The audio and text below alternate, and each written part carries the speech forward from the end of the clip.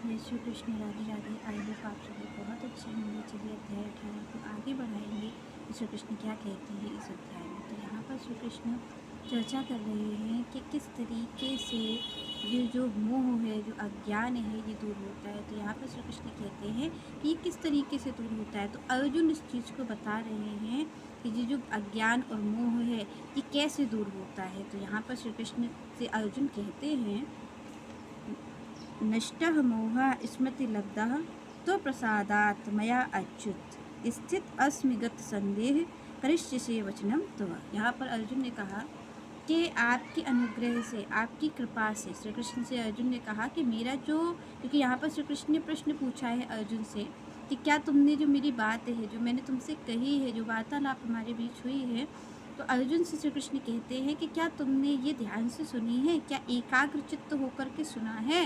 और अगर सुना है तो इसके परिणाम स्वरूप तुम्हारा अज्ञान और मोह क्या दूर हो गया है, इसको श्री कृष्ण पूछते हैं। तो अर्जुन यहाँ पर उत्तर देते हैं कि हाँ, मेरा अज्ञान और मोह दूर हो गया है। तो यहाँ पर अर्जुन ये भी बताते हैं कैसे दूर हुआ है। तो यहाँ पर कहते हैं आपके अनुग्रह से, आपकी कृपा से मेरा अज्ञान और मोह दूर हो गया है। तो यहाँ किसकी कृपा से होगा। अगर आप और हम देखें कि हम तो अनेक अनेक साधन करते हैं, तो यहाँ पर संतों ने कहा है कि ये गुण साधन ते नहीं हुई और तुम्हारी कृपा पाव कोई कोई। तो यहाँ पर संतों ने कहा है कि भाई ये जो अज्ञान है, ये जो मोह है, आप कितना भी प्रयास कर लो, आप कितना भी अथक प्रयास कर लो, पर ये आपके प्रयासों से दूर नहीं हो सकता, आपके किसी साधन से। क्योंकि यहाँ पर संतों ने इसलिए कहा ये गुण साधन ते नहीं हुए, ना तो ये आपकी किसी गुणवत्ता से होने वाला है और ना आपके किसी साधन से होने। आप ये सोचो कि हम बहुत गुणवान हैं, हमें बहुत शास्त्रों के बारे में ज्ञान है, तो ना तो ज्ञानी के इससे होने वाला है कि आप में ज्ञान कितना है, ना आपके कोई साधन से कि आप ये सोचो मैं मंत्र जाप कर रहा हूँ, मैं भजन कर रहा हूँ। क्योंकि कई लोग ये होते हैं कि वो ये सोचते हैं कि मैं भजन कर रहा हूँ, शायद इसकी कृपा से ये हो रहा है, मैं भजन बहुत ज़्यादा कर रहा हूँ। कई लोग सोचते हैं कि हाँ, मैंने बहुत ज्ञान अर्जित कर लिया है, तब शायद भगवान की कृपा हो जाएगी, तब ये अज्ञान और मोह दूर हो जाएगा। क्योंकि ये जो मोह है, इसकी जो पास है, ये कभी भी टूटती नहीं, ये कभी भी नहीं छूट पाता है। तो यहाँ पर भगवान ने कहा कि कैसे छूटा है, अर्जुन बता रहे हैं कि किस प्रकार छूटेगा। तो यहाँ पर ना तो आपके साधन से छूटेगा ये, ना आपके किसी ज्ञान ध्यान से छूटेगा। अगर छूटेगा तो किसकी कृपा से। क्योंकि यहाँ पर स्पष्ट कह दिया संतों ने कि तुम्हारी कृपा पाव कोई कोई। जब वो कृपा करेंगे, क्योंकि ये गुण साधन वाली वस्तु नहीं, आप और हम ये सोचे कि हम इस माया का पार पालेंगे और अपने गुण और साधन से पालेंगे। क्योंकि यहाँ पर गुण क्या है कि इंसान सोचता है मैं ज्ञानी हूँ, मुझे बहुत ज्ञान हो गया है।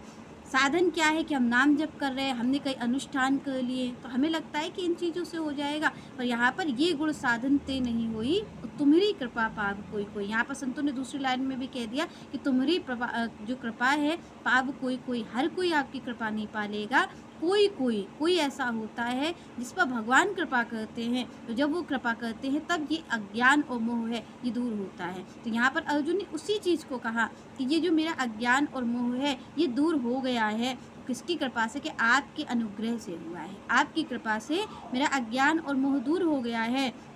और अर्जुन ने कहा जो मेरी स्मृति शक्ति है कि वो वापस आ गई है, वो मुझे पुनः प्राप्त हो गई है। कैसे हो गई है, क्योंकि यहाँ पर क्यों अर्जुन ने कहा कि पुनः प्राप्त हो गई है। तो पुनः क्यों प्राप्त हुई है, क्योंकि जो जीव है वो भगवान का ही है। क्योंकि यहाँ पर श्री कृष्ण ने कहा कि क्या है, ममे वांसो जीव लोके जीव भूता सनातना, कि जो जीव है वो क्या है, वो मेरा अंश है, सनातन है। तो यहाँ पर भगवान ने कहा कि जीव कैसा है, मेरा है। यहाँ पर अर्जुन ने भी इस चीज़ को कहा कि मेरी जो स्मरण शक्ति है वो पुनः प्राप्त हो गई है। पुनः प्राप्त हो गई मतलब क्या होता है कि आप और हम जब इस संसार में आते हैं, तो जो संसार की माया है ये हमें हमारी चीज़ों को भुला देती है कि हम भगवान के हैं।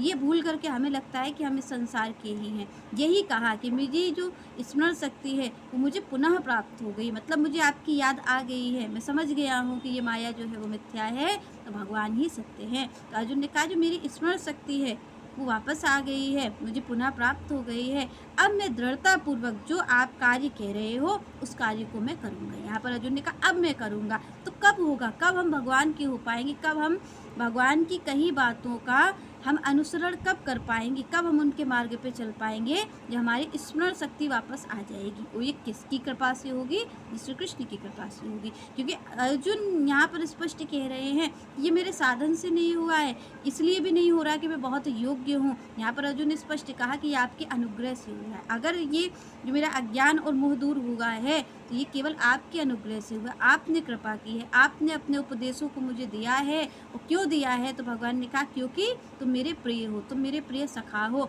इसलिए मैं तुम्हें अपना उपदेश दे रहा हूँ। तो जब भगवान ने ये उपदेश दिया है, उसके साथ साथ भगवान ने अपना अनुग्रह किया है, अपनी कृपा की है, उसके कारण जो ज्ञान है तब उनको वापस मिला है, तब उनको ये अज्ञान दूर हो गया है, ये भगवान का जो माया है वो उससे उन्होंने पार पा लिया है। तो यहाँ पर इसीलिए संतों ने कहा कि भाई ये जो माया है, भगवान को भी कहना यहाँ पर पड़ा कि मम माया दुरत्व, मेरी माया का पार कोई भी नहीं पा सकता है, कोई भी व्यक्ति ऐसा नहीं है जो मेरी माया का पार पा ले। तो यहाँ पर अर्जुन ने कहा कि किस तरीके से ये मोह का पाश टूटा है, कि आपके अनुग्रह से टूटा है। तो यहाँ पर जब भी आप और हम याचना करें तो हम भगवान से यही याचना करें कि वो हम पर अनुग्रह करें, हम पर कृपा करें। श्री कृष्ण हमें अपना जान करके हम पर कृपा करें। जब वो हम पर कृपा करेंगे तभी हमारा मन उनकी कथा में लगेगा, तभी हमारा मन उनकी सेवा में लगेगा, तभी हमारा मन उनके भजन में लगेगा। क्योंकि आप और हमें लगता है कि हम बहुत योग्य हैं, क्योंकि आप देखिए गुरुजन संतजन जब आपसे हमसे कहते हैं कि भाई इतनी माला करनी, तो हम कहते हैं हाँ हम तो कर लेंगे, हम तो कर ही सकते हैं, हम तो इतनी माला करते ही हैं। तो यहाँ पर आप देखिए कि माला तो आप और हम सब करते हैं, पर मन कितना लगता है, मन कितना उस माला में लगता है? मन नहीं लगता। क्योंकि यहाँ पर इसीलिए कहा कबीरदास जी ने कि मनुआ तो 14 सुमिरे ये तो सुमिरन नाय, कि आप हाथ में माला लिए बैठे हो, तो यहाँ पर हाथ में माला लेने से क्या होगा? आप हाथ में माला ले रहे हो पर आपका तो यहाँ मन तो चारों दिशाओं में घूम रहा है। इसलिए संतों ने कहा कि माला तो हाथ में रहती है पर मन जो होता है वो चारों दिशाओं में घूमता रहता है। तो ऐसा ही भजन होता है। पर कब होगा मन, कब भगवान का संग करे, कब जो भजन है वो मन करेगा? कब करेगा? जब श्री कृष्ण की कृपा होगी। तो आप और हम अपने सारे प्रयासों से क्यों भजन करना है? बस इसीलिए करना है क्योंकि भगवान हमें कृपा दृष्टि से देख ले। हमारे भजन से उनकी प्राप्ति नहीं होगी, हमारे भजन से ये मोह भी दूर नहीं होने वाला, हमारे किसी भी प्रयास से कुछ नहीं होने वाला है। अगर होगा तो केवल श्री कृष्ण की कृपा से होगा। और आप और हम जो इतनी सेवा करते हैं, जो संतों की सेवा करते हैं, जो आप और हम इतना भजन करने का प्रयास करते हैं, ये सब प्रयास ही है। ये मंजिल तक आपको पहुंचा नहीं सकता, ये केवल प्रयास ही है।